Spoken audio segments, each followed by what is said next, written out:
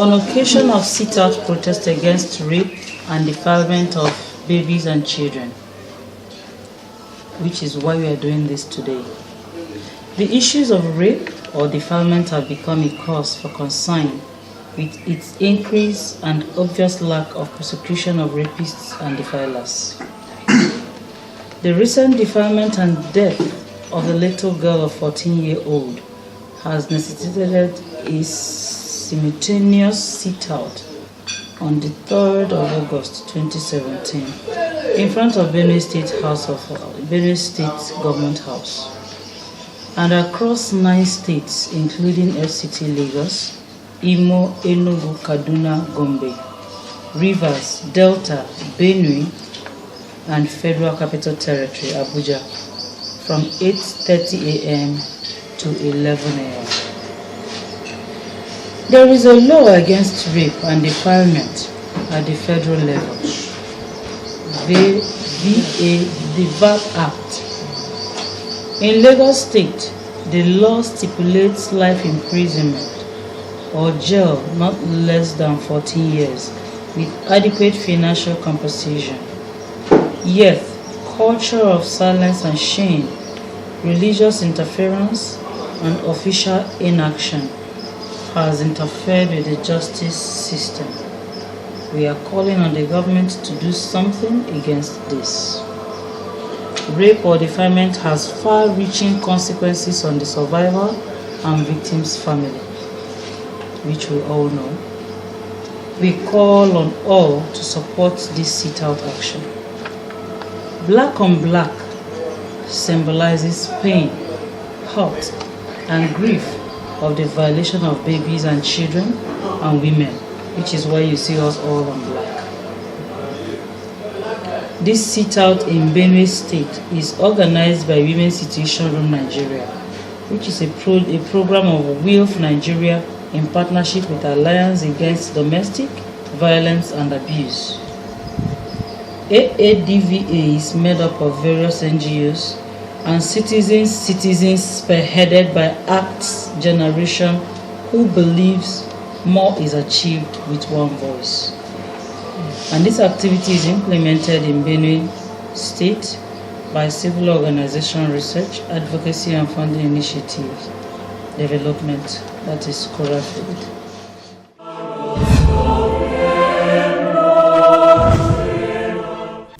We're supposed to have 2 activities going on. Like you see in this statement, we're also supposed to have a sit-out program, which we have moved to tomorrow. And I hope all of you will be present there tomorrow again to carry out the activity. We want to start from a rare choice in hotel. That's going to be our meeting point. We meet there.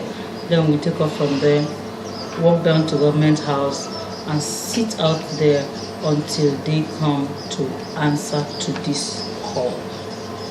It is very important, and that is why we have chosen this. The death of this 14-year-old girl touched everybody, because she was not just molested. If she was only molested and she's still alive to undergo counseling and overcome the trauma of what she experienced, it would have been a different case altogether. But along the line, she lost her life. And the mother, we are mothers, we know the pain of carrying a baby and losing such a child in a horrible manner. And I know even you fathers also understand the grief we bear. So we just want to bear with our sister who is the mother of this child to show our concern and let our government do something about it. It's very painful to know that up to date the perpetrators are not yet found, which we all know if we put more effort, with no time they will be discovered and proper actions will be taken. But sometimes the cases of rape like this is being suppressed because the victim's family don't want their names to be mentioned because of discrimination and all that. And the perpetrator is free doing it more and more and ongoing. So we are calling on the media to carry this, to help us to fight this fight, because we believe it's a cause for a good fight.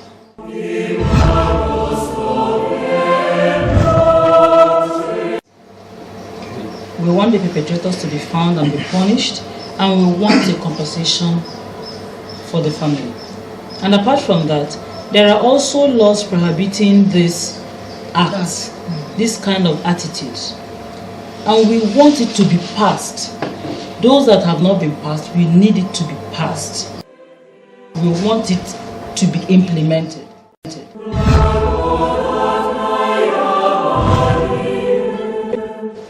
Benue State, on its own, has already passed the law on violence against children. But Benue State is the third state that launched that here.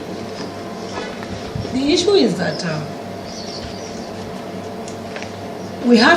there are a lot of work to be done. First of all, advocacy will be involved, because we need to train our women, families. Before you can report any case of rape, you must have proof. And what are the proofs? If your daughter is being raped, you need not to clean her up. You leave her with the blood stain, everything. Rush her. The first thing you do, rush her to the hospital where tests will be conducted. That is the number one point, to have evidence. With that alone, you can fight anybody. But without that, parents need to know that by the time you clean up your daughter, make her clean, and you don't have evidence, there's no court that can judge you right. So with that, we need to inform parents, we need to inform the society that this is what they need to know before they can report any case of rape in the society. And again, in addition to what she just said, what the organization is doing is that a lot of sensitization is going on. A lot of awareness creation is going on, because they have to know. They are afraid of speaking out. They are afraid of letting the case go forward because they don't know what next. They are afraid of the discrimination. Yes. But the sensitization going on is trying to help them know that this cause is not just their cause. That the child that is being raped is not just their child. It is everybody's child. And we are fighting this cause. That is giving them the background to stand on, to be able to speak out. Even some mature ladies that are being raped or being molested, they don't even speak out of fear. But when they know that when I speak, I have a backup, somebody is there to back me up, and again, protect my integrity and dignity, they speak out. So a sensitization is going on to let them, assure them that any case of rape should be reported, and they should allow the case to be taken up.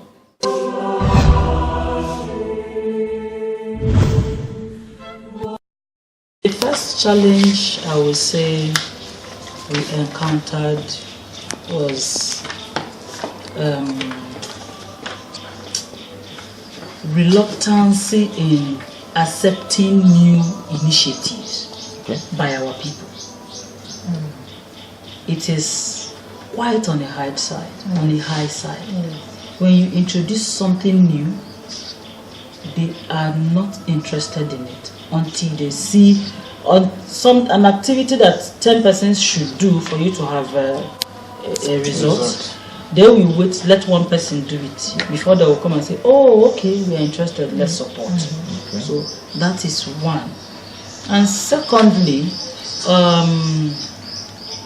some of these activities are not funded. So funding is also a challenge, both for the states and even on the national. Yes. So we are also trying to see how we can source for funds. And another challenge I will say is from the men angle.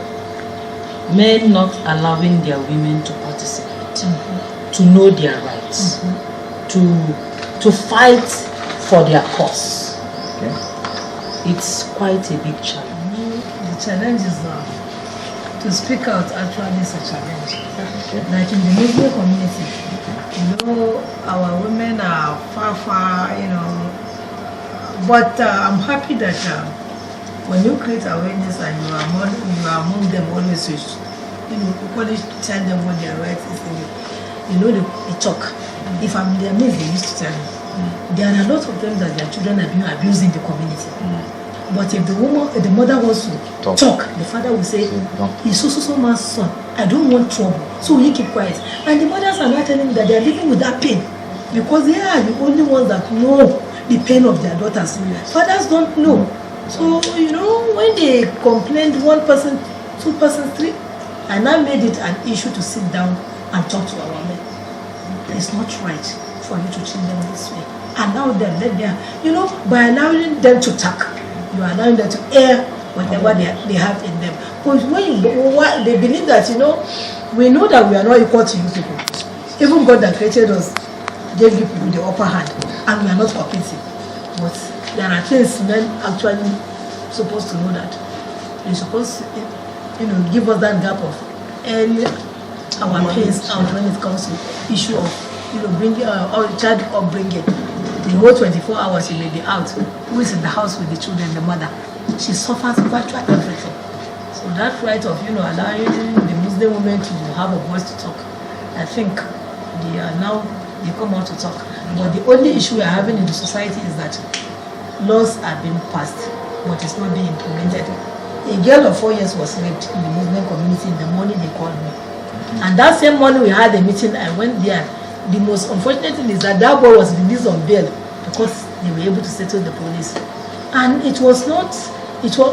noise I make made that rape issue to reduce a little bit in the community, the Muslim community. It's reduced because I made noise from their house to the town, to the, group of people. I involved the first step. Mama went round to make noise, so it's reduced. So if you people will join hand, we come out, we talk, and to show them that but let us find somebody that be a scapegoat. When they start with somebody as an example, others will definitely stop it. Like me personally, where I am right now, we are on the coordinator in West. I think my major challenge, they're all what I would really call the challenge is for the youth. Because the young women there, I don't know. Because in my time of sitting out with them to gist or to chat, let me call it a chat, I don't. Sometimes I get something meaningful from some of them, to others I don't. So I really bring it down to myself, to me, you, let's talk now, we are friends. So if you think you do this and it's not good, or you say this to your parents and they don't help you, don't you think you're supposed to go to somebody else to tell that person maybe you are being molested, you are being abused? If you feel you tell your parents and they are not doing anything about you, why not go to somebody else and tell that person and see the person's reactions? And then sometimes they tell me, they said, if you talk, I'll do this. So they're scared of the parents. But to me now, I said, come, okay, I'm now your friend. Yes. Not only you, if you have a challenge like that, give them my phone number, call me. We do it together.